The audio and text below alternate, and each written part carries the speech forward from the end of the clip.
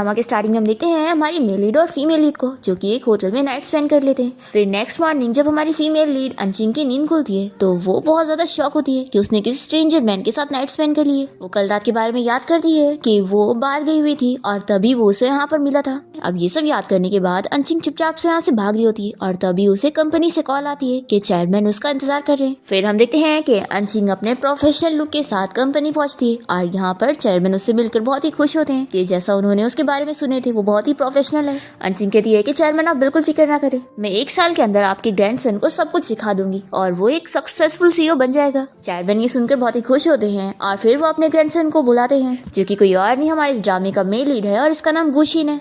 अंशिंग गुशिन को देखते के साथ ही पहचान जाती है कि ये तो वो ही है जिसके साथ मैंने कल रात नाइट स्पेंड की थी, यानी कि अब मेरा ये न्यू बॉस है। वो डर जाती है कि कहीं ये मुझे पहचान ना ले, पर गु तो इसे पहचानता ही नहीं है और वो उसके लुक्स की बुराई करता है कि वो एक टीचर की तरह लग रही है। अंशिंग ये सुनकर खुश जाती है और सोचती है कि हाँ अब मेरा लुक चेंज है तो कोई भी मुझे पहचान ही नहीं सकता।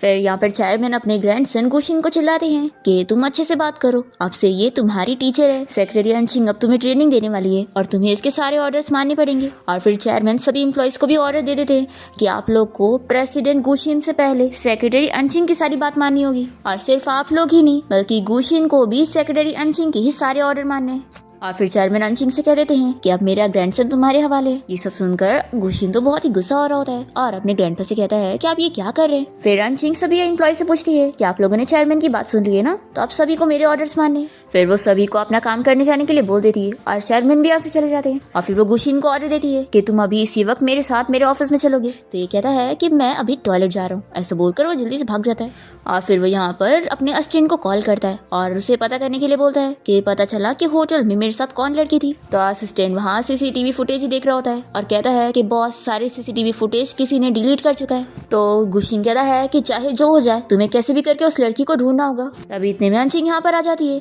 और नॉक करके कहती है कि मिस्टर गु पूरे 20 मिनट हो चुके तो आप अभी तक बाथरूम में क्या कर रहे हैं। तो गुशिन से कहता है कि क्या तुम पागल हो गई हो, ये मेंस टॉयलेट है, तुम यहाँ तक पहुँच गई। अंशिंग कहती है कि चेयरमैन ने मुझे इस काम का 50 मिलियन दिए तो इतनी सैलरी डिजर्व करने के लिए मुझे काम भी करना होगा।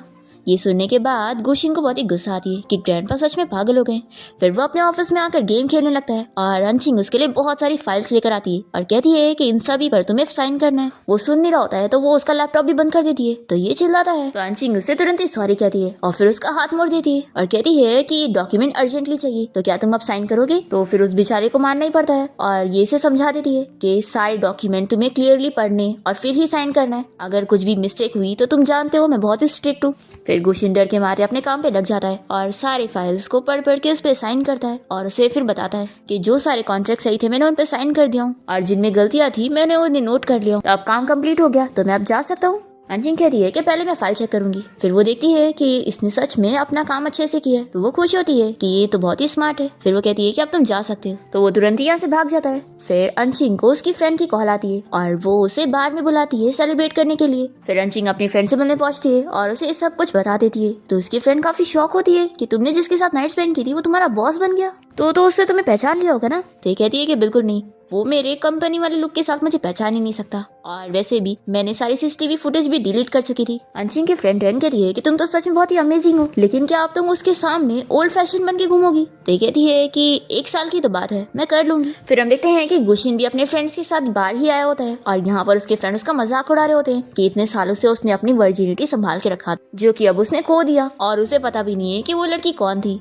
गुशिन को बहुत ही गुस्सा आती है कि सभी उसका कैसे मजाक उड़ा रहे। तभी इतने में वो यहाँ पर अंशिंग को जाते हुए देख लेता है और जल्दी से उसके पीछे बाहर जाता है, पर जब तक वो अपनी कार से जा चुकी होती है। फिर नेक्स्ट मॉर्निंग हम देखते हैं कि अंशिंग गु के घर के बाहर पहुंचती है और मेड उसे बताती है कि गु ने कल रात बहुत ड्रिंक कर लिया था और वो अभी तक सो रहा है। फिर अंशिंग गु को उठाने के लिए उसके रूम में पहुंच जाती है और वो इसे देखते के साथ ही डर जाता है और कहता है कि तुम मेरे रूम में क्या कर रही हो, तुम्हें पता नहीं है किसी लड़की को एक लड़के के रूम में नहीं जाना चाहिए। तो अंशिंग कहती है कि मिस्टर गु आपको डरने की जरूरत नहीं है, मैं बस यहाँ पर अपना काम करने आई हूँ और वैसे भी आपकी बॉडी को इतनी खास नहीं है जो मैं आप में इंटरेस्ट लूंगी। तो गुशिन ये सुनने के बाद उसे अपनी बॉडी दिखाने लगता है और कहता है कि देखो मेरी बॉडी कितनी अच्छी है। तो अंशिंग कहती है कि ठीक है मैं अपने वर्ड्स वापस लेती हूँ, तुम्हारी बॉडी अच्छी है लेकिन मैं तुम्हें बता दूं कि आज हमें एक इम्पोर्टेंट डॉक्यूमेंट साइन करने के लिए जाना है, तो आप तुम्हारे पास सिर्फ 10 मिनट का टाइम है। जानते हो ना, अगर लेट करे तो इसका नतीजा अच्छा नहीं होगा। फिर वो डर के मारे जल्दी से रेडी होता है और यहाँ पर वो उसकी टाई सही करती है और कहती है कि अच्छे से बिजनेस डील करना। फिर नेक्स्ट सीन हम देखते हैं कि गू यहाँ पर अपने ग्रैंडपा से मिलने पहुंचता है और वो नकली आंसू लगाकर उन्हें रोते हुए दिखाता है कि ग्रैंडपा देख लो, अब वो सेक्रेटरी रोज मुझसे इतना ज्यादा काम करवाती है और रोज मुझे मारती भी है। तो ग्रैंडपा कहते हैं कि ये तो बहुत अच्छी बात है, पर फिर गू मनाने लग जाता है कि ग्रैंडपा प्लीज उसे फायर कर दो, मैं आपकी सारी बात सुनूंगा आपसे। तो इसके ग्रैंडपा कहते हैं कि अगर तुम सच में मेरी बात सुनना चाहते हो तो चुपचाप से अंशिंग की सारी बातें मानना। देखो बहुत ही टैलेंटेड है और मैंने कितनी मुश्किलों से उसे हायर किया हूँ, और रही बात फायर करने की तो ये तुम कभी सोचना भी मत। ऐसा बोलकर ग्रैंडपा चले जाते हैं। फिर गू को बहुत ही गुस्सा आती है और सोचता है कि मैं उसे फायर नहीं कर सकता तो क्या हुआ, मैं उसे रिजाइन करने पर मजबूर करूंगा। फिर नेक्स्ट डे ही गू शीन अंशिंग को 10 मिलियन का कार्ड देता है और उसे कहता है कि तुम यहाँ पर पैसे के लिए आई हो ना, तो देखो मैं तुम्हें पैसे देने के लिए तैयार हूँ, बस शर्त ये है कि तुम्हें आज ही रिजाइन करना होगा। तो अंशिंग उसके क्लोज जाकर कहती है कि लगता है मिस्टर गू ने कुछ ज्यादा ही टीवी ड्रामास देख लिए जो आप मुझे 10 मिलियन दे रहे हैं। ये सोचता है कि लगता है इसे और पैसे चाहिए, तो वो कहता है कि ठीक है मैं तुम्हें 30 मिलियन दूंगा। अंशिंग कहती है कि मिस्टर गू, आपके ग्रैंडपा ने मुझे इस काम के लिए 50 मिलियन दिए, तो आपको लगता है कि आपके इतने से पैसे मैं लेकर जाऊंगी?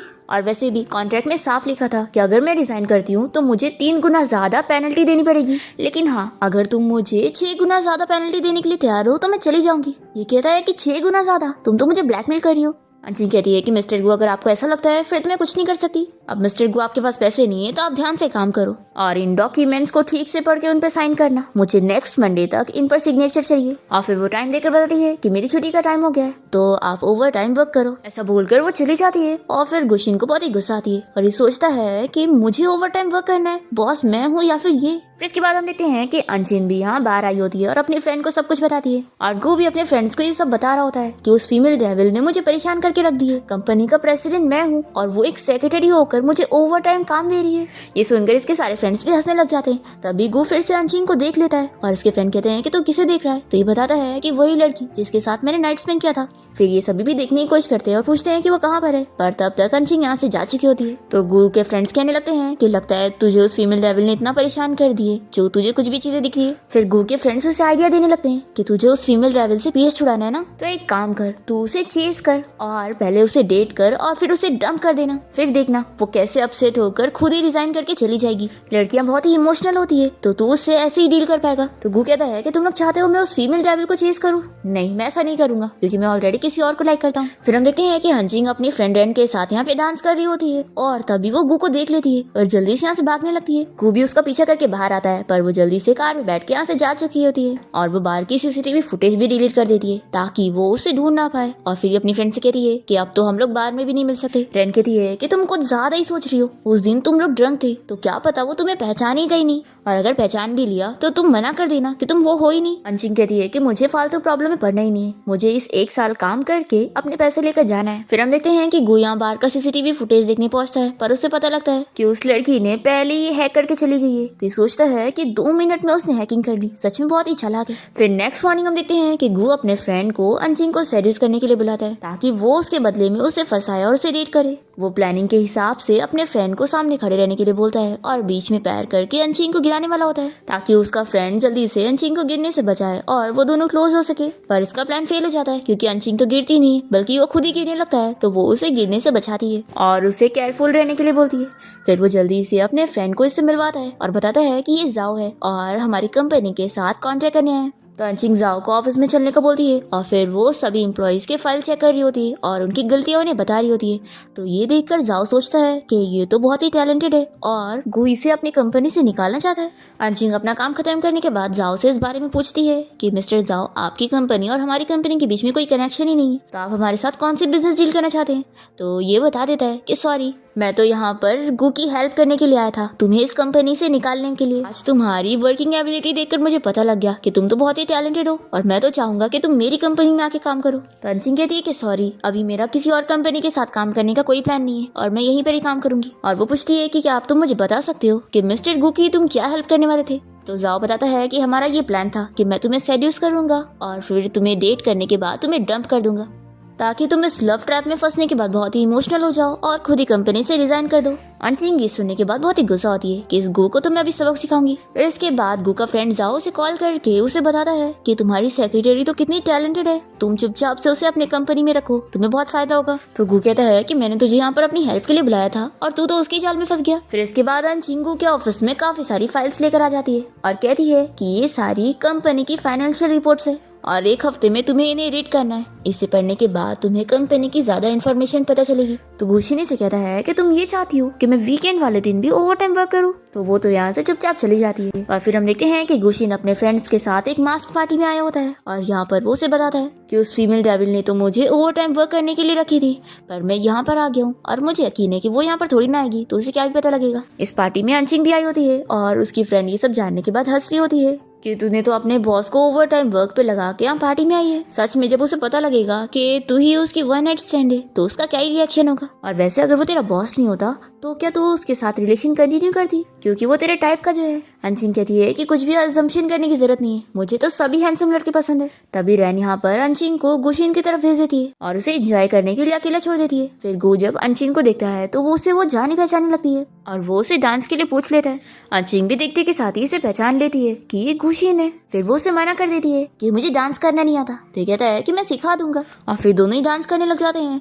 और गुशिन इसे पूछता है कि तुम मुझे जानी पहचानी लग रही हो, क्या हम दोनों पहले कहीं मिल चुके हैं। तो अंचिंग इसे कहती है कि ये किसी लड़की को चेस करने का बहुत ही ओल्ड फैशन तरीका है। तभी ये इसकी परफ्यूम भी पहचान जाता है और कहता है कि तुम्हारी तो परफ्यूम भी जानी पहचानी है।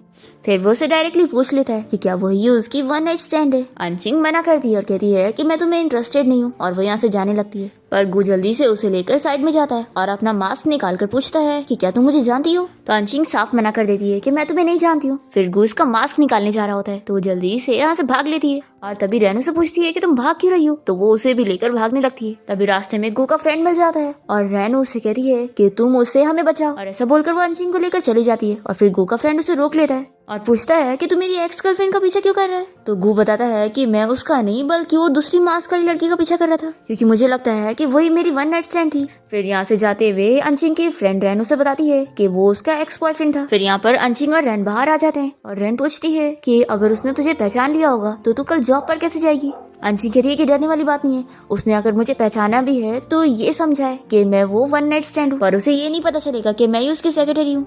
लेकिन हाँ, उसने तुम्हें पहचान लिया है तो वो तुम्हारे बारे में इन्वेस्टिगेट करके मेरे बारे में पता लगा सकता है। तो इसकी फ्रेंड रैन कहती है कि मैं समझ गई, कुछ टाइम के लिए हम लोग नहीं मिलेंगे। फिर अंशिक जल्दी से टैक्सी में बैठकर यहाँ से चली जाती है और यहाँ पर गुशिन और उसका फ्रेंड आकर इसे रोक लेते हैं। और फिर गु अंशिक को कॉल करके कहता है कि अगर तुम नहीं चाहते हो कि तुम्हारी फ्रेंड के साथ कुछ हो तो अभी मुझसे मिलने आओ। यहाँ पर रैन को उसके एक्स बॉयफ्रेंड ने पकड़ के रखा होता है और ये इन लोग को अंशिक के बारे में कुछ नहीं बता रही होती है और सोचती है कि अच्छा हुआ मैंने अंशिक का नाम भी दूसरे नाम से सेव करी थी, तो इसलिए इस मिस्टर गु को उसके बारे में कुछ पता नहीं लगेगा। फिर यहाँ पर अंशिक अपनी फ्रेंड रैन को बचाने के लिए आ जाती है तो रैन उसे प्रोटेक्ट करने लगती है और पूछती है कि मिस्टर गु आखिर तुम मेरी फ्रेंड के साथ क्या करना चाहते हो। तो गु का फ्रेंड यानी कि इसका एक्स बॉयफ्रेंड इसे उठा के यहाँ से लेकर चला जाता है और अंशिक अपनी फ्रेंड को आवाज दे देती है कि घर पहुंचने के बाद तुम मुझे कॉल कर देना। फिर गु इससे पूछता है कि अच्छा तो तुम अभी भी अपना मास्क नहीं निकालने वाली है। तो ये कहती है कि ठीक है मैं अपना मास्क निकालने के लिए तैयार हूँ, लेकिन तुम मेंटली प्रिपेयर हो जाओ। और फिर ये अपना मास्क निकालने की एक्टिंग करते हुए उसे फेक बर्थ मार्क दिखाती है और कहती है कि सॉरी मैंने तुम्हें डरा दी ना, एक्चुअली में ये बर्थ मार्क मुझे बचपन से।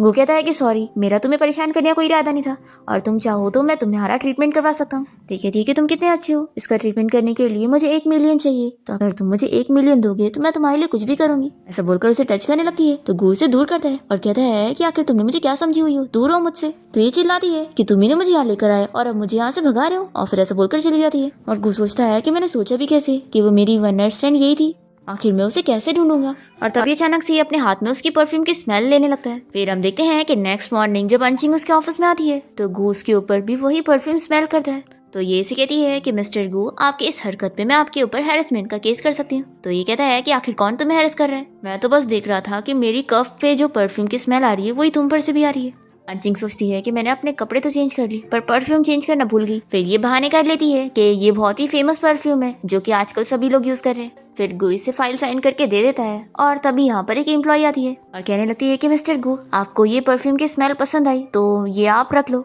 ये मुझे मेरी फ्रेंड ने दी थी और मेरे पास एक्स्ट्रा है। और वो इसे गिफ्ट देकर बहुत ही खुश हो रही होती है। और गू जैसे ही इस परफ्यूम को स्मेल करता है तो वो अपने असिस्टेंट को कॉल करके बुलाता है और इसे कहता है कि अब तुम जाओ और फिक्र मत करो, मैं तुम्हें इसका डबल पेमेंट दे दूंगा। और फिर गू अपने असिस्टेंट को काम देता है कि तुम इस परफ्यूम को खरीदने वाले सारे कस्टमर का कॉन्टैक्ट इन्फॉर्मेशन देखो। मुझे यकीन है कि मैं इस तरीके से अपनी वन नाइट स्टैंड को जरूर ढूंढ के रहूंगा। तभी ये एम्प्लॉय जाते हुए सुन लेती है। फिर नेक्स्ट मॉर्निंग अंचिंग गू को पिक करने के लिए उसके घर के बाहर खड़ी होती है और उसे नींद में देखकर वो कहती है कि मिस्टर गू, लगता है आप पूरी रात जाग रहे थे और गेम खेल रहे होंगे। तो ये कहता है कि बिल्कुल भी नहीं, मैं तुम्हारी दी हुई फाइल्स पढ़ रहा था। और ये सोचता है कि आखिर उस लिमिटेड एडिशन वाले परफ्यूम को इतने सारे लोगों ने क्यों खरीद ली कि मैंने इतनी सारी इन्फॉर्मेशन पढ़ा पर वो भी हाफ लोगों की थी। अब तभी अंचिंग इसके कपड़े सही करने लग जाती है और गू इसे इतना क्लोज देखकर सोचने लगता है कि लगता है मैं उस लड़की से इतना ऑब्सेस हो गया हूँ कि इसमें भी मुझे वही नजर आ रही है। फिर अंचिंग इसे बताती है कि मिस्टर गू, चेयरमैन ने आज आपको अपने घर पे मिलने के लिए बुलाया। तो गू इसे कहता है कि तुम भी मेरे साथ चलोगी। अंशिक मना करती है कि मैं वैकेशन पर हूँ, पर ये फिर भी कहता है कि तुम्हें चलना पड़ेगा। फिर इसके बाद ये दोनों ग्रैंडपा के घर पहुंचते हैं और गुशिन कहता है कि अच्छा, तो ग्रैंडपा आपने मुझे यहाँ पर ब्लाइंड डेट से मिलवाने के लिए बुलाया था। ग्रैंडपा कहने लगते हैं कि ये तुम्हारी चाइल्डहुड फ्रेंड लिन है जो कि अभी अब्रॉड से वापस आई है, तो आप तुम्हें इसे सिटी पूरा घुमाने के लिए लेकर जाओ और दोनों अच्छा टाइम स्पेंड करो। तो गू कहता है कि ग्रैंडपा मैं बहुत ही बिजी रहता हूँ, मेरे पास टाइम नहीं है, तो आप ये काम सेक्रेटरी अंशिंग को दे दो। तो अंशिंग कहती है कि मिस्टर गू, इस चीज में मैं आपको रिप्लेस नहीं कर सकती हूँ, तो ये काम आपको ही करना पड़ेगा। और फिर वो कॉल पे बात करने के लिए बाहर चली जाती है। अंशिंग के डैडू से बताते हैं कि उसकी मॉम बहुत ही बीमार है तो वो जल्दी से मिलने आए। फिर अंशिंग चेयरमैन को बता देती है कि मुझे घर पे कुछ काम है तो अभी जाना पड़ेगा। अंशिंग जैसी निकलती है तो गू भी कहता है कि ग्रैंडपा मैं उसे छोड़ने के लिए जा रहा हूँ। फिर इसकी चाइल्डहुड फ्रेंड लिन को बहुत ही गुस्सा आती है और ये ग्रैंडपा से बात करती है कि कहीं गू को वो उसकी सेक्रेटरी तो नहीं पसंद है, तभी वो उसे छोड़ने भी गया। तो ग्रैंडपा कहते हैं कि बिल्कुल नहीं, वो तो बस उसकी सेक्रेटरी है, उसे ट्रेन करने आई है और गू उसे छोड़ने का बहाना करके बाहर मजे करने गया होगा। और देखो गू मना नहीं कर सकता है, मैंने तुम्हारी और उसकी शादी फिक्स कर दी हूँ, तो अब तुम्हें भी मैं गू की कंपनी में काम लगवा देता हूँ ताकि तुम दोनों साथ में फीलिंग्स डेवलप कर सको। लिन बहुत ही ज्यादा खुश हो जाती है और ग्रैंडपा को थैंक यू बोलती है। यहाँ पर अंशिंग को पता लगता है कि उसके डैड ने झूठ बोले थे कि उसकी मॉम बीमार है और वो कहते हैं कि मैंने तुम्हारी मॉम के बस ऑर्डर माना था। अंशिंग की मॉम कहती है कि अगर मैं तुम्हें इस बहाने से ना बुलाती तो तुम थोड़ी ना ब्लाइंड डेट के लिए यहाँ पर आती। फिर अंशिंग और उसके ब्लाइंड डेट के पेरेंट्स इन दोनों का अकेला बात करने का छोड़कर चले जाते हैं। अंशिंग का ब्लाइंड डेट हाना से कहता है कि लगता है मेरे पेरेंट्स की तरह तुम्हारे पेरेंट्स ने भी ब्लाइंड डेट के लिए तुम्हें ट्रिक करके बुलाया। ये कहती है कि हाँ, अभी मैं शादी के बारे में नहीं सोच रही हूँ और मैं अपने करियर पे फोकस करना चाहती हूँ। तो ये भी कहता है कि मेरा भी ऐसी है और मैंने सुना कि तुम गू ग्रुप कंपनी के लिए काम करती हो, फिर तो नेक्स्ट वीक से हम दोनों कलीग्स बनने वाले। तो अंशिंग कहती है कि अच्छा, तो तुम ही वो नए डायरेक्टर होंगे ना। वो हाँ कहता है और अंशिंग इसे कहती है कि वैसे मेरी कंपनी की इमेज थोड़ी सी डिफरेंट है, तो मैं बस तुमसे इतना चाहूंगी कि तुम मेरी इस चीज को सीक्रेट रखना। फिर नेक्स्ट डे गू कंपनी में अपने साथ लिन को लेकर आया होता है और वो अंशिंग को बताता है कि ये हमारी कंपनी में इंटर्नशिप करने वाली है, तो तुम इसकी जगह अरेंज कर दो। फिर अंशिंग लिन के लिए एक सीट अरेंज कर रही होती है पर लिन को ये जगह पसंद नहीं आती और फिर वो एक एम्प्लॉय के पास जाकर उससे उसकी सीट मांग रही होती है। तो वो मना करती है और कहती है कि आखिर मैं अपनी सीट क्यों दूं। लिन बताती है कि वो इसलिए क्योंकि मैं इस कंपनी के बॉस की फ्यूचर वाइफ हूँ। फिर इस एम्प्लॉय को मानना पड़ता है और इसके बाद हम देखते हैं अंशिंग के पास 2 एम्प्लॉइज आती है और उनमें से एक उसे पूछती है कि लिन आई है वो बॉस की फ्यूचर वाइफ है। तो वो दूसरी वाली एम्प्लॉय कहती है कि बिल्कुल भी नहीं, मैंने बॉस को बातें करते हुए सुनी थी, वो ऑलरेडी किसी को लाइक करते हैं, वो उनकी वन नाइट स्टैंड है जिसको वो अभी भी ढूंढ रहे हैं और उस लड़की को ढूंढने के लिए उन्होंने मुझसे परफ्यूम के बारे में भी पूछा था और उनका असिस्टेंट सारे क्लूज ढूंढ रहा होगा। अभी लिन इन लोग की बातें सुनने लग जाती है और अंशिंग इन एम्प्लॉय से कहती है कि बॉस के बारे में ये सब गॉसिपिंग मत करो और अपना काम करो जाके। लिन ये सुनने के बाद उस एम्प्लॉय को बहुत ही गुस्सा होती है और फिर ये किसी को कॉल करके इस बारे में पता करने के लिए कहती है कि आखिर गू किस लड़की को ढूंढ रहा है और ये सोच लेती है कि मुझे उस लड़की को ढूंढना होगा, मैं किसी और को गू से शादी करने नहीं दूंगी। फिर हम देखते हैं कि गू सारी फाइल्स कंप्लीट करने के बाद अंशिंग को दे रहा होता है और कहता है कि अब मेरा काम हो गया तो मैं छुट्टी ले सकता हूँ ना। तो वो कहती है कि बिल्कुल नहीं, अभी तुम्हें इस डॉक्यूमेंट को पढ़ना है और तुम्हें ओवर टाइम वर्क करना पड़ेगा। तभी लिन यहाँ पर आकर गू से कहती है कि तुम्हारी छुट्टी हो गई ना, तो अब चलो हम लोग डिनर के लिए चलते हैं। तो गू पूछता है कि सेक्रेटरी अंशिंग अब मैं क्या करूँ, मुझे तो लिन डिनर पे चलने के लिए बोल रही है पर तुमने तो मुझे ओवर टाइम वर्क दी ना, तो अब मुझे क्या करना चाहिए। तो अंशिंग उससे लिन के साथ डिनर पर जाने का बोलती है क्योंकि ये ग्रैंडपा का ऑर्डर है। तो वो तो काम से छुटकारा पाने के लिए बहुत खुशी खुशी चला जाता है पर फिर बाहर आने के बाद वो उसे अपनी कार में नहीं बैठाता और उसे कहता है कि सॉरी मैं तो भूल गया था, आज मैं अपने असिस्टेंट के साथ डिनर पे जाने वाला हूँ, तो हम लोग किसी और दिन डिनर करेंगे। ये बोलकर वो चला जाता है। फिर हम देखते हैं कि अंशिंग अपना ओवर टाइम वर्क कंप्लीट करने के बाद घर जाने के लिए निकल रही होती है और तभी उसे उसका ब्लाइंड डेट हान मिल जाता है और वो इसे कहता है कि अच्छा, तो ये वाला तुम्हारा ओल्ड प्रोफेशनल लुक है। तो अंशिंग कहती है कि मैंने बोली थी ना कि मेरा लुक डिफरेंट रहेगा। वो पूछती है कि लगता है तुम भी ओवर टाइम वर्क कर रहे थे। तो ये कहता है कि चलो अब हम लोग साथ में कुछ मिडनाइट स्नैक खाने चलते हैं। फिर इसके बाद हम देखते हैं कि गु एक रेस्टोरेंट में बैठा होता है और तभी वो देखता है कि अंचिंग यहाँ पर हान के साथ आ रही है। हान अंचिंग से कहता है कि मुझे तुम्हें ग्लासेस में देखने की आदत नहीं हो पा रही है और तुम्हारे बाल का स्टाइल भी अच्छा नहीं है। तो कहती है कि हाँ मुझे भी ये वाला स्टाइल अच्छा नहीं लगता। फिर वो अपने ग्लासेस निकाल के अपने बाल खोल देती है। फिर इसे ऐसे लुक में देखकर गु भी शॉक हो जाता है और अपने असिस्टेंट से कहता है कि तुम्हें नहीं लगता कि अंचिंग का बाल खोलने के बाद उसी लड़की की तरह लग रही है जिसे मैं ढूंढ रहा हूँ। असिस्टेंट कहता है कि मिस्टर गु कहीं आप सेक्रेटरी अंचिंग को लाइक तो नहीं करते? तो गु कहता है कि बिल्कुल नहीं, आखिर मैं सेक्रेटरी अंचिंग को कैसे लाइक कर सकता हूँ, और तुम देखो कैसे वो उस लड़के को देखे जा रही है। असिस्टेंट बताता है कि बॉस वो हमारी कंपनी का नया डायरेक्टर है और इन दोनों को ऐसे देखकर लगता है बॉस वो दोनों डेट कर रहे हैं। सेक्रेटरी अंचिंग इतनी ज्यादा हाई प्रोफाइल लड़की है तो वो ऐसे किसी भी लड़के को थोड़ी ना डेट करेगी, वो तो मेरे जितना हैंडसम भी नहीं है। तो असिस्टेंट कहता है कि बॉस जरूर आप जेलस हो रहे हैं ना, नहीं तो आखिर आप एक एम्प्लॉय से अपने आप को क्यों कंपेयर करेंगे। तो गु कहता है कि मैं जेलस नहीं हूँ, बस नाखुश हूँ। वो मेरे से तो इतना स्ट्रिक्टली बात करती है पर देखो इस लड़के से कितनी हंसी मजाक कर रही है। और हाँ मैं सिर्फ एक ही लड़की को लाइक करता हूँ, वो जिसे मैं तुम्हें ढूंढने के लिए बोल रहा हूँ। और फिर गु अंचिंग और हान को ऐसे बातें करते हुए देखकर जेलस होता रहता है। और फिर नेक्स्ट डे हान को अपने ऑफिस में बुलाता है और डायरेक्टली पूछता है कि क्या तुम सेक्रेटरी अंचिंग को डेट कर रहे हो। तो वो कहता है कि एक्चुअली हम लोग ब्लाइंड डेट पर तो गए थे पर हमारे बीच में सब कुछ क्लियर है और हम लोग बस अपने पेरेंट्स से डील करना चाहते हैं। तो ये सुनकर गु खुश तो होता है पर फिर उसे कहने लगता है कि आखिर तुम सेक्रेटरी अंचिंग को कम कैसे समझ सकते हो, वो इतनी ज्यादा हाई प्रोफाइल लड़की है,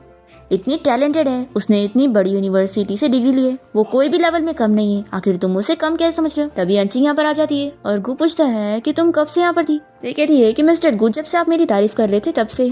तो गु बहुत ही शर्मा जाता है और फोन का बहाना करके बाहर चला जाता है। और फिर हान अंचिंग से कहता है कि मिस्टर गु के बिहेवियर से मुझे लग रहा है कि वो तुम्हें लाइक करते हैं। अंचिंग ये सुनकर शॉक होती है। तो ये कहता है कि तुम्हें यकीन नहीं हो रहा तो मैं तुम्हारी हेल्प कर सकता हूँ इस बारे में पता लगाने के लिए, हम डेटिंग की एक्टिंग करेंगे। तो ये आइडिया अंचिंग को पसंद आता है कि इससे गु का शक भी दूर हो जाएगा। फिर नेक्स्ट डे से हम देखते हैं कि हान और अंचिंग डेटिंग की एक्टिंग करने लग जाते हैं और इन लोगों को ऐसे बार बार साथ देखकर गु बहुत ही जेलस होने लगता है। फिर वो सोचता है कि लगता है सेक्रेटरी अंचिंग के पास ज्यादा काम नहीं है।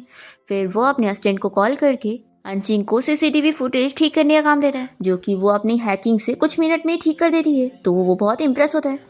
अब तभी ये लोग सीसीटीवी फुटेज में देखते हैं कि कैसे लिन एक एम्प्लॉय को मार रही है और उसे कह रही होती है कि ऐसे कैसे वो गु को लाइक कर सकती है जबकि वो गु की फियांसी है और वो उसे खूब मारे जा रही होती है। तो ये देखकर अंचिंग तुरंत ही जाने लगती है, गु उसे रोकने लगता है। तो अंचिंग कहती है कि मैं ये देख नहीं सकती हूँ, तुम्हारी फियांसी उसे मार ही देगी। तो कहता है कि हम दोनों साथ चलते हैं। फिर गु जल्दी से आकर लिन को रोकता है तो लिन जल्दी से एक्टिंग करने लग जाती है कि देखो मैं इसे बुली नहीं कर रही थी, उल्टा ये तुम्हारी कंपनी की इन्फॉर्मेशन चुरा रही थी और मैंने इसे रंग के हाथ पकड़ी हूँ। तो अंचिंग कहती है कि एक्टिंग करने की जरूरत नहीं है, हमने सीसीटीवी फुटेज में तुम्हारी सारी आवाज भी सुन चुके हैं, तुम हमें फूल नहीं बना सकती। तुम इस एम्प्लॉय से जेलस थी कि आखिर ये मिस्टर गु को कैसे लाइक कर सकती है, अगर तुम अभी भी नहीं मानोगी तो मैं पुलिस को अभी बुला लूंगी। फिर गु लिन को समझाता है कि मेरे ग्रैंडपा ने तुम्हें यहाँ पर बुलाया है इसलिए मैं यहाँ पर पुलिस को नहीं बुलाऊंगा, तुम खुद ही सरेंडर कर दो तो ज्यादा अच्छा है। तो लिन को अंचिंग पर बहुत ही गुस्सा आती है और वो उसे कहती है कि मैं तुम्हें बाद में देख लूंगी और फिर चली जाती है। फिर गु अपने असिस्टेंट को उस एम्प्लॉय को हॉस्पिटल ले जाने के लिए बोलता है और फिर वो अंचिंग को बताता है कि मैं तुम्हें यहाँ पर आने के लिए इसलिए रोक रहा था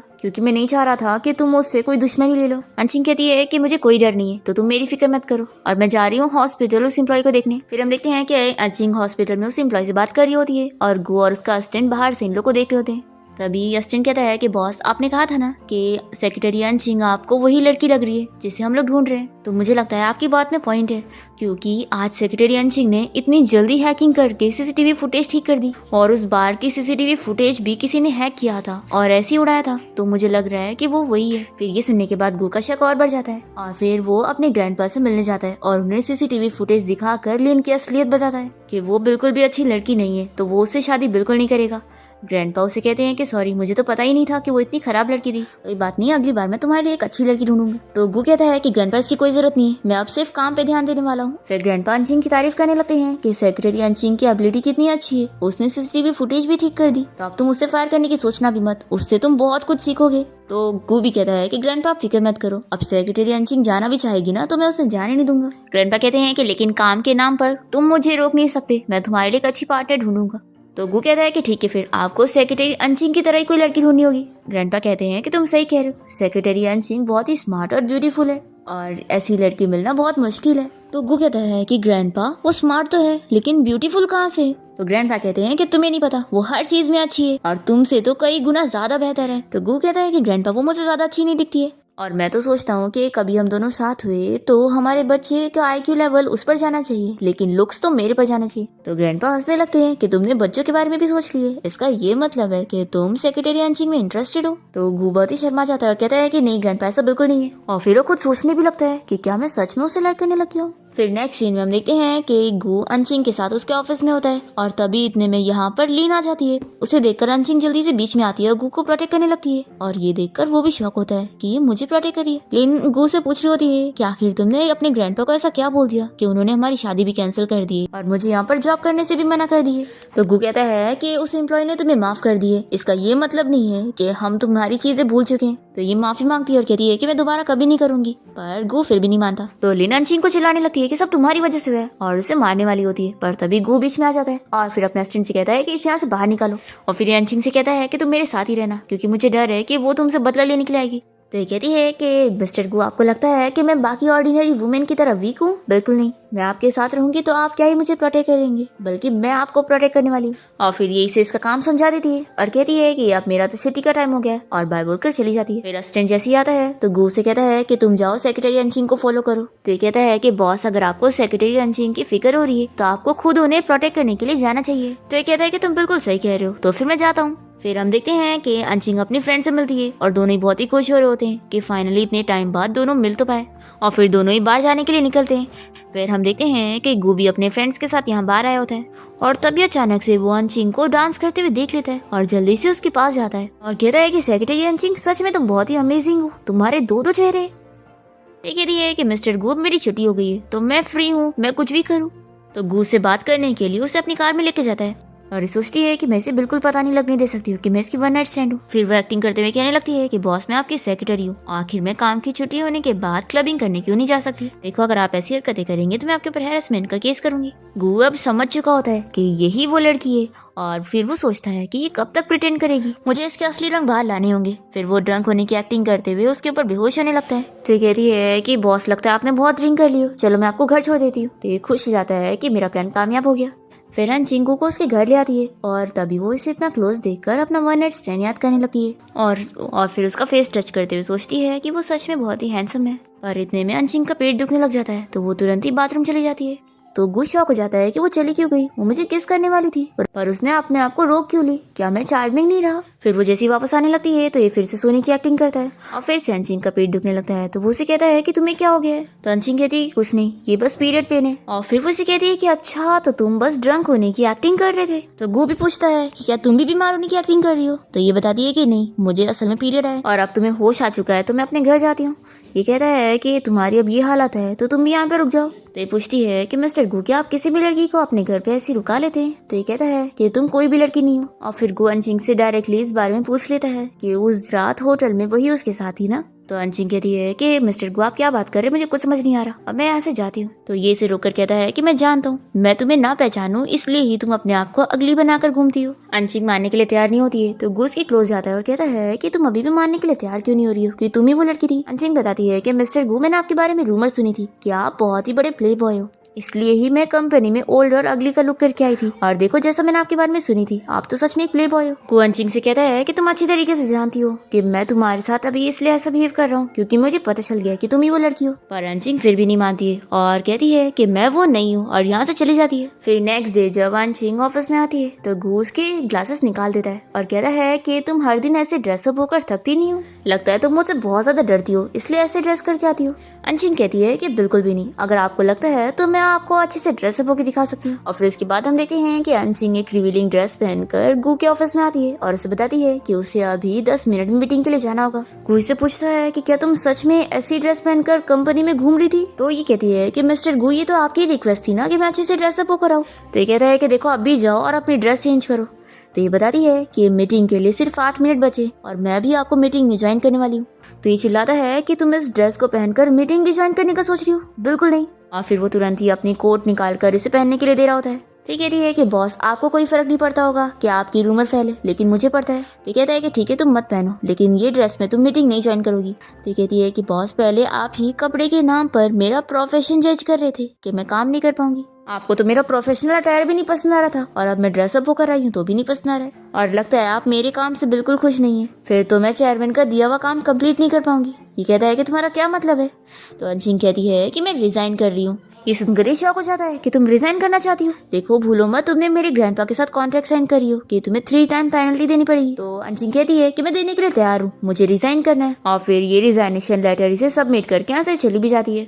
और फिर अंशिंग अपनी फ्रेंड रैन से मिलती है और उसे सब बताती है कि वो बस रिजाइन करने की एक्टिंग कर रही है। एक्चुअली उसकी तो चेयरमैन के साथ डील हो चुकी है जिसे वो मना नहीं कर सकती। और रिजाइनेशन का नाटक वो इसलिए कर रही है क्योंकि अब गो को शक हो गया है कि वो वही लड़की है जो कि उसकी वन नाइट स्टैंड है। तो इसलिए वो ये सब नाटक कर रही है ताकि वो खुद इसके साथ अच्छे से रहे। तो इसकी फ्रेंड रेन कहती है कि तुम्हारा आइडिया बहुत अच्छा है, अब वो तुम्हारे सारे ऑर्डर्स मानेगा। फिर जैसे ही इसे गो का कॉल आने लगता है तो ये रेन को दिखाती है कि मैंने बोली थी ना कि वो मुझे कॉल जरूर करेगा। वो कॉल उठा लेती है और गो इसे कहने लगता है कि मैं तुम्हारे रिजाइनेशन लेटर अप्रूव नहीं करूंगा क्योंकि तुम्हारे पूरे 1000 वर्ड्स नहीं है। तो नेक्स्ट डे वो 1000 वर्ड्स वाला रिजाइनेशन लेटर लेकर पहुंच जाती है और कहती है कि अब तो तुम अप्रूव करोगे ना। तो वो कहता है कि नहीं, तुम रिजाइन नहीं कर सकती हो, ग्रैंडपा मुझे ही ब्लेम करेंगे कि मैंने कुछ गलत किया होगा। तो अंशिंग कहती है कि तुम्हें फिक्र करने की जरूरत नहीं है, मैं तुम्हारे ग्रैंडपा को समझा दूंगी।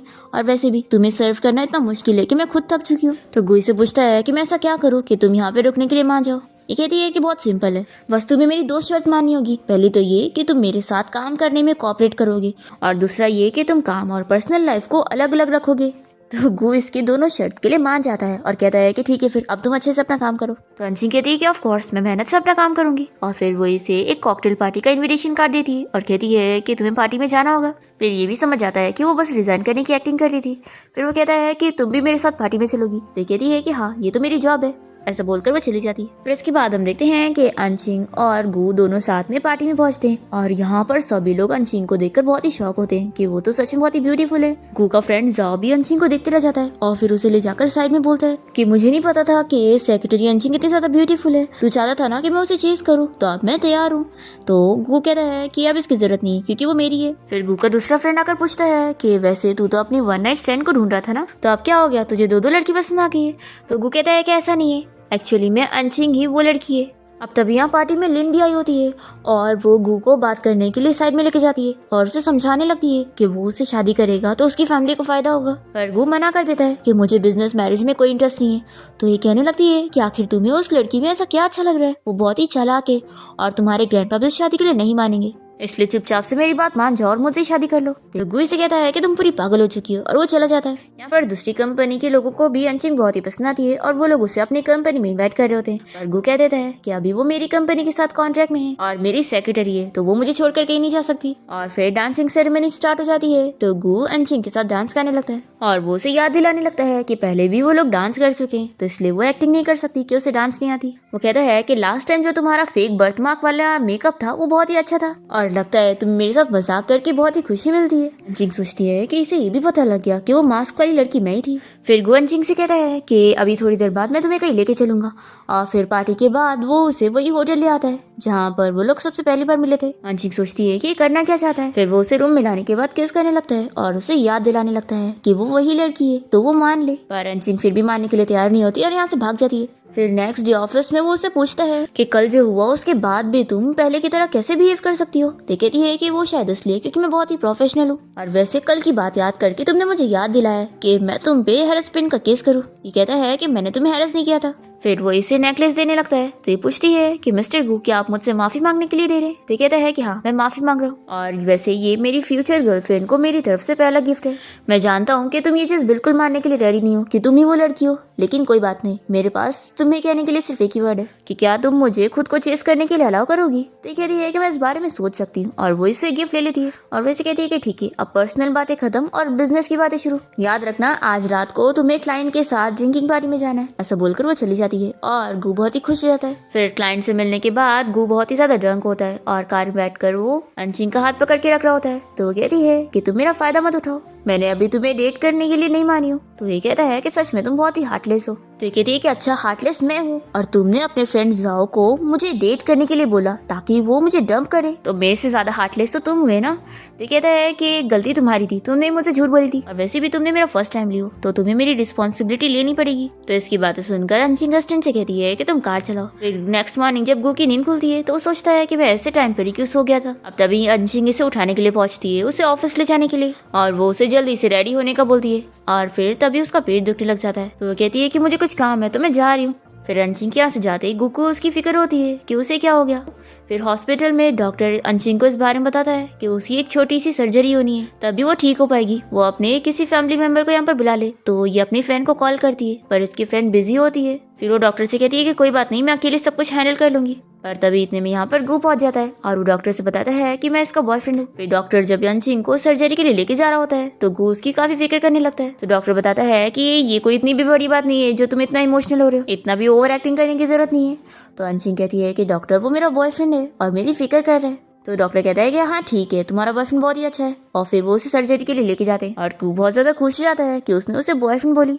फिर सर्जरी के बाद गु अंशिंग का अच्छे से ख्याल रखने लगता है और वो इसे कहती है कि तुम्हें अपना काम छोड़कर यहाँ पर मेरे लिए आने की जरूरत नहीं थी। वो कहता है कि तुम्हें इस सब की फिक्र करने की जरूरत नहीं है और वैसे ये पहली बार है कि मैं तुम्हें बीमार देख रहा हूँ, नहीं तो तुम तो हमेशा काम में बिजी रहती हो। अंशिंग भी कहती है कि मैं भी पहली बार देख रही हूँ कि तुम किसी की इतनी केयर कर सकते हो। फिर इसके बाद गु अंशिंग को हॉस्पिटल से डिस्चार्ज करवा के अपने घर ले आता है और उसे कहता है कि तुम अभी बीमार हो तो कुछ दिनों के लिए यहीं पर रहो, मैं तुम्हारा ख्याल रखूंगा। और फिर वो उसे उठा के सोफे पे बैठा देता है और कहता है कि कम से कम 2 दिन के लिए तुम्हें रुकना पड़ेगा। अंशिंग कहती है कि लेकिन मैं तो तुम्हारी सेक्रेटरी हूँ, तो तुम्हारे घर पे रहना सही नहीं है ना। पर गु नहीं मानता और कहता है कि नहीं, तुम्हें यहाँ पे रुकना ही पड़ेगा, तुम मानो या ना मानो। तो अंशिंग भी कहती है कि ठीक है, मैं यहाँ पे रुकने के लिए रेडी हूँ। फिर नेक्स्ट मॉर्निंग वो उसे उठाने जाती है और बताती है कि आज उसे टाइम पर ऑफिस जाना होगा, आज उसकी मीटिंग है। तो गु से कहता है कि तुम्हें चलने की जरूरत नहीं है, तुम बस घर पे रेस्ट करो और ठीक हो। फिर हम देखते हैं कि लिन यहाँ पर अंशिंग से मिलने आई होती है और वो इससे भड़काने लगती है कि वो गु से दूर हो जाए। तो अंशिंग इसे बताती है कि मेरा मिस्टर गु के साथ ऐसा कुछ भी नहीं है और अगर तुम्हें इस बारे में बात करनी है तो अभी मिस्टर गु आई जाएंगे, फिर तुम बात कर लेना। तो लिन यहाँ से चली जाती है। फिर रात में हम देखते हैं कि गु जब घर आता है तो अंशिंग से पूछता है कि मैंने सुना कि लिन यहाँ पर आई थी। देखो मैं तुम्हें बता दूं कि मेरा और उसका कुछ भी नहीं चल रहा है और लास्ट टाइम भी वो मेरे पीछे पड़ी थी, पर मैंने उसे सब कुछ क्लियर करा था, पर मैं वापस से उससे बात कर लूंगा ताकि वो तुम्हें परेशान ना करे। अंशिंग कहती है कि तुम्हें एक्सप्लेन करने की जरूरत नहीं है, मैं तुम्हें समझ सकती हूँ, मैंने भी ऐसी सिचुएशन झेल चुकी हूँ, लोग मुझे परेशान करते थे। तो ये पूछता है कि फिर तुम उनसे कैसे डील करती थी। अंशिंग कहती है कि मैं फेक वेडिंग रिंग लाकर उन्हें ये बताती थी कि मेरे पास पहले से फियांसी है, तो वो लोग मेरा पीछा छोड़ देते थे। तो गु बहुत ही खुश जाता है और कहता है कि लगता है फिर मुझे भी यही तरीका यूज करना पड़ेगा। तुम क्या बोलती हो, अगर मेरी भी कोई फियांसी होगी तो लोग मुझे ऐसे परेशान नहीं करेंगे ना, तो क्या तुम मेरी शील्ड बनोगी। ये कहती है कि वो तुम्हारे परफॉर्मेंस पे डिपेंड होगा। तो गु कहता है कि ठीक है, तुम फिक्र मत करो, मैं अपना काम अच्छे से करूंगा। फिर नेक्स्ट सीन में हम देखते हैं कि गु ऑफिस में अंशिंग से पूछता है कि तुम्हें घर से इतनी जल्दी क्यों चली गई। तो ये कहती है कि अब मैं पूरी तरीके से ठीक हो गई हूँ तो तुम्हारे घर पे रह के क्या करूंगी। तो गु कहता है कि अगर हम साथ में रहेंगे तो काम करने में भी अच्छा होगा। तो ये समझाती है कि ये वर्किंग टाइम है, तो अपने ऑफिस में जाकर काम करो तो ज्यादा बेहतर है।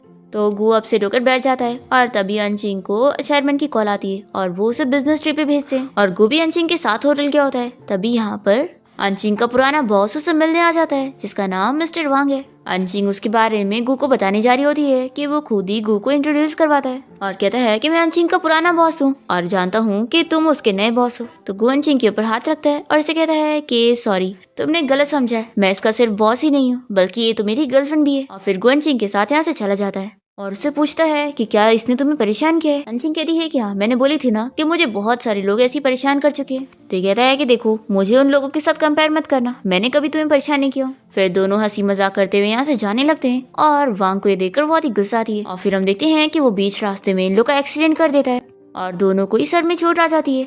तभी इतने में यहाँ पर से अंशिंग को उठा के लेके चला जाता है। फिर इसके बाद हॉस्पिटल में जब अंशिंग को होश आता है तो वो इसे देखकर चिल्लाने लगती है और पूछती है कि गुशिन कहाँ पर है। तो ये इसे कहता है कि मैं तुम्हें इतना लाइक करता हूँ पर तुमने मुझे एक्सेप्ट नहीं करी और तुमने मुझे छोड़कर उस मिस्टर गु को एक्सेप्ट कर ली, आखिर क्यों। अंशिंग उसे काफी कुछ सुनाती है और चिल्लाती है और कहती है कि वो उससे दूर रहे तो ज्यादा बेहतर होगा। तभी इतने में यहाँ पर गु अंशिंग को बचाने के लिए पहुंचता है और फिर गु के गार्ड्स इस मिस्टर वांग को यहाँ से पकड़ के लेकर जाते हैं। फिर यहाँ पर गु की तबीयत बहुत ज्यादा खराब होने लगती है तो अंशिंग उसका बहुत ख्याल रखती है। फिर इसके बाद दोनों ही ठीक हो जाते हैं और अंशिंग कहती है कि मैंने डिस्चार्ज प्रोसीजर सब हैंडल कर लियो, तब हमें यहाँ से डायरेक्टली कंपनी जाना चाहिए। तो गु कहता है कि मैं अभी हॉस्पिटल से डिस्चार्ज हुआ हूँ तो अभी मुझे काम नहीं करना है। अंशिंग कहती है कि ठीक है, फिर आज की तुम छुट्टी मनाओ। तो खुश जाता है और कहता है कि ठीक है, फिर कल हम दोनों डेट पर चलने वाले हैं। अंशिंग मना करती है कि मुझे कंपनी में काम है। तो ये कहता है कि फिर मेरी तरफ से भी तुम्हें छुट्टी और आज तुम मेरे साथ मेरी फ्रेंड की बर्थडे पार्टी पे चलोगी। फिर इसके बाद हम देखते हैं कि दोनों ही साथ में बर्थडे पार्टी के लिए पहुंचते हैं और देखते हैं कि दोनों के फ्रेंड आपस में झगड़ा कर रहे होते हैं क्योंकि अब वो दोनों के बीच में सब कुछ सॉल्व हो गया था पर फिर से उन लोग का झगड़ा हो गया। फिर गु और अंशिंग अपने अपने फ्रेंड को समझाने लगते हैं और फिर अंशिंग गु से मिलने के लिए जा रही होती है और तभी रास्ते में हम देखते हैं कि लिन अंशिंग को किडनैप करने के लिए कोई गुंडों को भेजती है, पर अंशिंग कैसे भी उससे बचते हुए यहाँ पर गु के पास आ जाती है और उसे बताती है कि वो बंदा उसे किडनैप करने वाला था। यहाँ पर वो देखता है कि अंशिंग को किसी ने ड्रग दे दी है, तो वो जल्दी से उसे उठा के रूम में लेके जाता है और बताता है कि मैंने डॉक्टर को बुला लिया हूँ, थोड़ी देर में डॉक्टर यहाँ पर आता ही होगा। पर अंशिंग नहीं मानती और कहती है कि वो ही उसकी हेल्प कर दे। गु उसे होश में लाने की कोशिश करता है कि तुम याद करो कि तुम ये खुद ही बोल रही हो। और इसके बाद नेक्स्ट मॉर्निंग जब अंशिंग की नींद खुलती है तो वो गु को अपने पास देखकर यहाँ से जाने की कोशिश करती है, पर वो उठ जाता है और फिर वो उसकी रिकॉर्डिंग सुनाकर उससे याद दिलाता है कि कल रात के बारे में वो कुछ मना नहीं कर सकती है। तो अंशिंग को गु के साथ रिलेशनशिप के लिए मानना ही पड़ता है। फिर गु को उसके असिस्टेंट की कॉल आ जाती है कि उसने उस गुंडे को पकड़ लिया है जो कि अंशिंग को किडनैप करने वाला था। फिर ये लोग उस गुंडे से सवाल करते हैं कि आखिर वो ऐसा क्यों करना चाह रहा था, तो वो बताता है कि उसे किसी लड़की ने काम दी थी। तो ये लोग समझ जाते हैं कि वो कोई और नहीं लिन है। तो गु अंशिंग से कहता है कि तुम फिक्र मत करो, मैं उस लिन को सबक सिखाऊंगा और वो दोबारा तुम्हें परेशान नहीं करेगी। और फिर हम देखते हैं कि गु यहाँ लिन से मिलता है और उसे वार्न करता है कि वो अंशिंग से दूर रहे। पर इसके बाद तो लिन और ज्यादा गुस्सा हो जाती है और सोचती है कि अगर ये मुझे नहीं मिलेगा तो मैं किसी और को भी इसे लेने नहीं दूंगी। फिर इसके बाद हम देखते हैं कि गु और अंशिंग डेट करने लग जाते हैं और एक साथ काफी अच्छा टाइम स्पेंड कर रहे होते हैं। और फिर गु के ग्रैंडपा को इस बारे में न्यूज मिल जाती है कि वो किसी तो लड़की को डेट कर रहा है, तो वो उसे चिल्लाने लगते हैं कि कहीं उसने कोई ऐसी वैसी लड़की को तो नहीं चुन लिया है। तो गु अंशिंग के बारे में ग्रैंडपा को बता देता है कि ग्रैंडपा यही मेरी गर्लफ्रेंड है। तो ग्रैंडपा तो ये जानने के बाद बहुत ही खुश होते हैं कि ये दोनों साथ हो गए और फिर वो कहते हैं कि अब तुम दोनों को जल्दी शादी कर लेना चाहिए। तो गु तो बहुत ज्यादा खुश होता है। फिर हम देखते हैं लिन यहाँ मिस्टर वांग से मिलने जाती है और उसके साथ डील करती है कि वो दोनों मिलकर गु और अंशिंग को दूर कर देंगे। और फिर ये दोनों अपनी प्लानिंग करके गु की कंपनी में प्रॉब्लम क्रिएट करने की कोशिश करते हैं, पर कुछ भी नहीं होता है क्योंकि गु और अंशिंग मिलकर अपनी सारे प्रॉब्लम सॉल्व कर लेते हैं। और जो मिस्टर वांग फ्रॉड करने की कोशिश करता है ये लोग उसे जेल पहुंचा देते हैं। फिर कंपनी की प्रॉब्लम ठीक हो जाती है तो ग्रैंडपा भी खुश होते हैं और इन दोनों की तारीफ करते हैं कि दोनों साथ में अच्छे से काम कर रहे हैं। फिर इसके बाद हम देखते हैं कि अंशिंग गु को अपने मॉम डैड से मिलवाने के लिए लेकर जाती है और अंशिंग के मॉम डैड को भी गु बहुत ज्यादा पसंद आता है। फिर इसके बाद हम देखते हैं कि अंशिंग को इस बारे में पता लगता है कि वो प्रेग्नेंट हो गई है, तो वो हॉस्पिटल जाके अपना चेकअप करवाती है और उसे कंफर्म वाला पता लग जाता है, तो बहुत ही खुश होती है। और फिर वो जब गु को इस बारे में बताती है तो वो तो बहुत ज्यादा हैप्पी हो जाता है और तुरंत ही अपने ग्रैंडपा को भी कॉल करके इस बारे में बता देता है। और फिर फाइनली वो अंशिंग को शादी के लिए प्रपोज करता है और वो भी हाँ कह देती है। फिर दोनों की लाइफ बहुत ही अच्छी चल रही होती है और गु अब अच्छे से कंपनी हैंडल कर रहा होता है और अंशिंग भी उसकी हेल्प करती है। और फिर हम देखते हैं कि अंशिंग का डिलीवरी टाइम आ जाता है और इन दोनों का एक बेटा होता है। कहती है कि कितना अगली है, ये तो मंकी की तरह दिख रहा है। तो गु कहता है कि बिल्कुल नहीं, ये तो मेरे पर गया है, देखना ही बहुत ही हैंडसम बनेगा। फिर गु और अंशिंग बहुत ज्यादा खुश होते हैं और किस करते हैं और इसी के साथ इस ड्रामा की हैप्पी एंडिंग हो जाती है।